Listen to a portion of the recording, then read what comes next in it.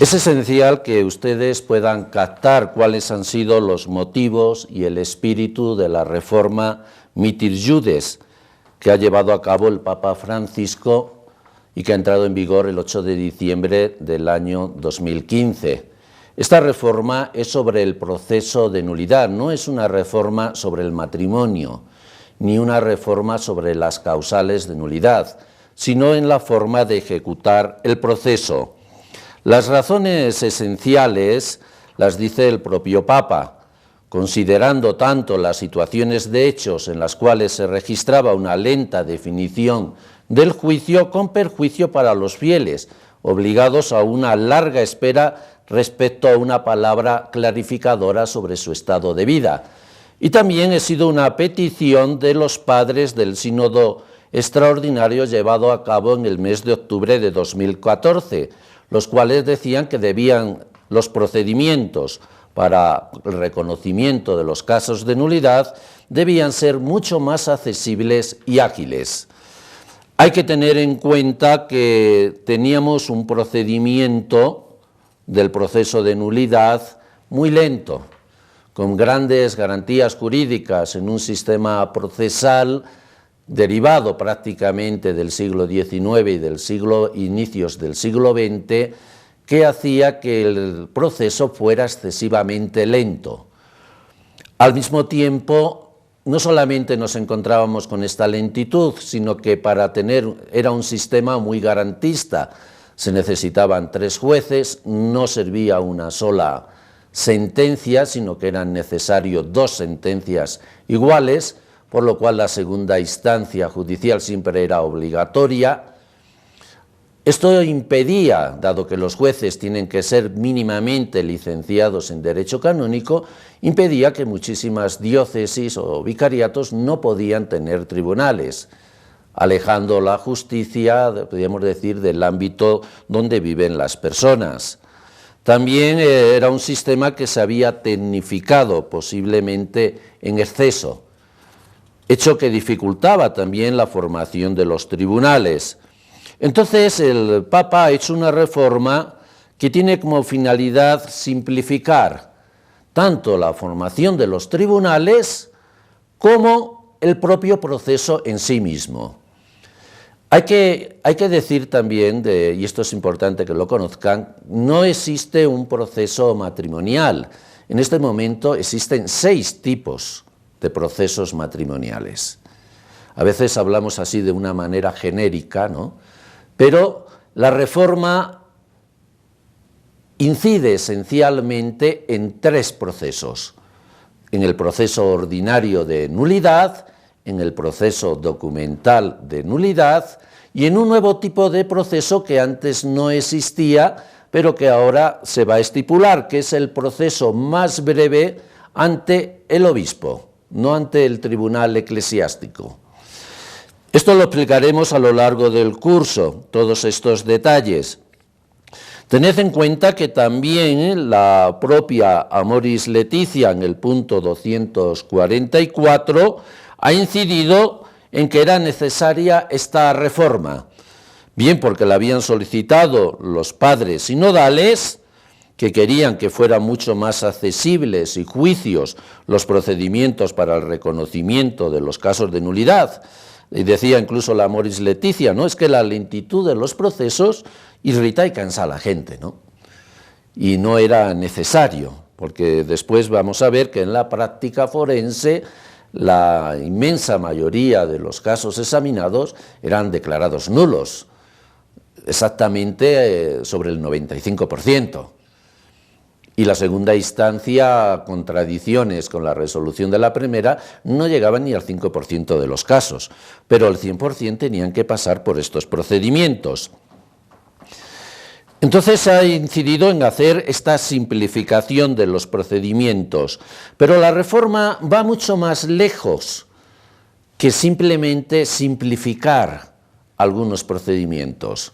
En realidad va diciendo la reforma, y lo dice el Papa, dice: he querido hacer evidente que en estos temas es el pastor de la Iglesia, el obispo, el que es el juez de los fieles que se le ha confiado, y por lo tanto se le va a dar un lugar muy relevante al obispo para poder llevar a término la reforma. Es decir, y para poder ser la cabeza de aquellos que juzgan. Esto sobre todo va a tener una gran incidencia en la creación de los tribunales y también en la creación del nuevo juicio más breve. También la reforma incide que el tema no debe ser simplemente un tema técnico-jurídico de especialistas, sino que es un tema evidentemente pastoral. Esto ya los papas, especialmente Benedicto XVI, en algunas alocuciones a la Rota Romana, lo había dicho de una manera muy clara. El servicio jurídico de la Iglesia en los casos de nulidad matrimonial es esencialmente pastoral. Es ayudar que estas personas, en las cuales por muchas razones puede haber fracasado su matrimonio, puedan acceder a que la Iglesia lo reexamine. Y si ve que su matrimonio es nulo, y si lo ve prudente, pues proceder a la nulidad de ese matrimonio. También desde el punto de vista pastoral, la Amoris Laetitia dice que es necesario poner a disposición de las personas separadas o de las parejas en crisis un servicio de información, consejo y mediación vinculado a la pastoral familiar, que también podrá acoger a las personas en vista de la investigación preliminar del proceso matrimonial. Aquí es donde se ve el servicio eminentemente pastoral de esta reforma. Esta reforma, si la aplicamos con seriedad, modificará en gran parte la pastoral familiar.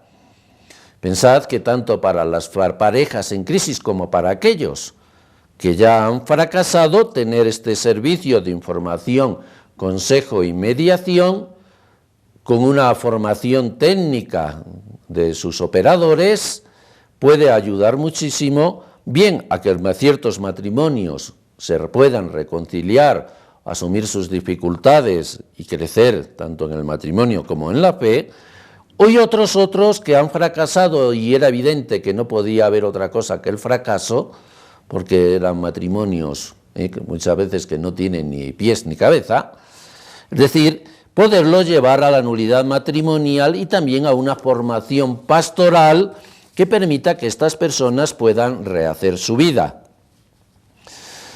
También en la relatio finalis del Sínodo de Obispos se incide en los puntos que hemos hablado anteriormente. Prácticamente es una repetición. También vamos a ver, se ha preguntado, se ha hecho muchas veces la cuestión, que el legislador, en este caso de este motu propio, el Papa Francisco, ¿qué tenía en su mente cuando ha hecho esta reforma? Es muy importante conocer cuál es la mens, la mente del legislador, porque es la guía que nos debe ayudar a interpretar toda la reforma del proceso matrimonial. Es una guía esencial. Bien, el propio Papa ha querido que se supiera qué tenía él, cuando ha hecho esta reforma, qué tenía él en su mente. Y ha pedido al decano de la Rota Romana que lo expresara en público. Y el decano lo ha expresado en 2 puntos. Dice, uno de los puntos esenciales es que el obispo diocesano tiene el derecho nativo y libre, en virtud de esta ley pontificia, de ejercer personalmente la función de juez y dirigir su tribunal diocesano. Esto es esencial porque no habría reforma del proceso de nulidad si no hay tribunales que puedan trabajar en el tema. Entonces, lo que aquí se está diciendo muy claramente, que la cabeza de la función judicial es el obispo diocesano y que el obispo tiene derecho nativo y libre, no es delegado de nadie, para poder formar su propio tribunal e incluso de ejercer él personalmente, como persona, la función judicial en los casos de nulidad.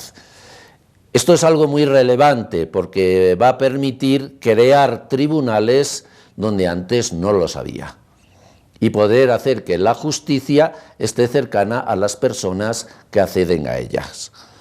También vais a ver la segunda parte del que está en la mente del legislador, es que si en una provincia eclesiástica no se puede constituir algún tribunal en alguna de las diócesis, ellos pueden decidir libremente crear un tribunal interdiocesano, pero que para esto se necesita licencia de la Santa Sede. Es decir, lo normal, lo que antes era lo normal, ahora pasa a ser lo excepcional, y lo que antes era excepcional, ahora pasa a ser lo normal, para que podamos entendernos. Antes de la Reforma, los tribunales normalmente eran interdiocesanos, en caso de Bolivia eran tribunales regionales, 4 tribunales regionales para toda Bolivia, y normalmente para poder acceder a un tribunal se necesitaba licencia de la Santa Sede. Ahora es al revés, los tribunales se pide que sean diocesanos sin necesidad de ninguna licencia de la Santa Sede, y son los tribunales interdiocesanos o regionales los que sí necesitan licencia de la Santa Sede, puesto que se supone que esto solamente se puede permitir en una situación, vamos a decir, excepcional o anormal. No debe ser lo normal. Entonces veis la función de la Iglesia en esta reforma, es que hace un nudo muy relevante de unidad entre lo que es la pastoral y el derecho canónico. A veces ha habido dificultades porque parece que la pastoral y el derecho canónico en algunas mentalidades eran contradictorios, cuando es todo lo contrario. El derecho canónico en realidad debe estar al servicio de la pastoral, y no se puede hacer tampoco pastoral si no se tienen en cuenta las normas que a veces son más diversas y más permisivas de lo que la gente cree en el ámbito del derecho canónico. Lo esencial dentro de un proceso de nulidad es buscar la verdad, y para buscar esa verdad es también algo esencial dentro del derecho canónico. Piense que la ley suprema de la Iglesia en el derecho canónico es la salvación de las almas, no es la propia ley canónica. Y en la búsqueda de esa verdad de la salvación de las almas, tanto la pastoral como el derecho canónico deben colaborar. Resumiendo, podíamos llegar a establecer cuáles serían los puntos esenciales de esta reforma. Lo esencial es la centralidad del obispo en el servicio de la justicia, bien haciendo él de juez, que para eso se ha creado el proceso más breve, bien nombrando a un juez único en su diócesis, que permite establecer un tribunal. También el otro principio es la sinodalidad. La sinodalidad se va a centrar en la provincia eclesiástica, de tal manera que la segunda instancia no debería salir de la provincia eclesiástica. El tribunal de la arquidiócesis, como tribunal metropolitano, debería tener una primera instancia para su diócesis y una segunda instancia para todas las diócesis de la provincia eclesiástica. Y prácticamente aquí deberían terminar los procesos, no deberían ir mucho más allá. En este sentido podemos decir la función de la rota romana ha quedado fuertemente disminuida. También aquí la reforma se basa en la simplicidad, simplificación del proceso ordinario, para que sea más ágil en los tiempos y también en los tipos de pruebas que puede evaluar el juez. Y también establecer un proceso más breve para los casos más manifiestos de nulidad, en los cuales interviene directamente el obispo. También se ha buscado la cercanía al fiel. Los tribunales no pueden estar a cientos de kilómetros donde están los fieles, porque al final los fieles no acuden a ellos. Y los tribunales no deben estar solamente centralizados en los obispados, pueden tener instancias para la indagación previa, incluso para la instrucción, diversificadas al interno de la diócesis. Entonces se busca esta cercanía al fiel. Y también el Papa quiere que estos procesos tiendan a ser gratuitos. Hay países que lo tienen bastante fácil, puesto que esto se le deja que las conferencias episcopales establezcan sistemas de financiación que permitan ir a esta gratuidad, o, de momento, digamos decir, sería una tendencia que debemos intentarla. Aunque no sea gratuito, hay que intentar que se busque esta financiación y que a largo plazo o a mediano plazo pasen a ser gratuitos. Podríamos decir que la reforma tiene una centralidad, que es la misericordia. Partan ustedes nuestra realidad boliviana, que el 74% de los matrimonios sean divorciados. Es decir, cada 4 matrimonios, 3 están divorciados. El fracaso matrimonial es una evidencia y nos debe hacer plantearnos muchas cosas. Muchos de estos matrimonios no se deberían haber celebrado nunca, nunca. Eran nulos ya el día que se celebraron de una manera evidentísima. La misericordia es dar una oportunidad nueva a estas personas, que ellos puedan sentir la misericordia de la Iglesia, como dijo el Papa Francisco, para que ellos también puedan ser agentes de la misericordia con los demás. Muchas gracias.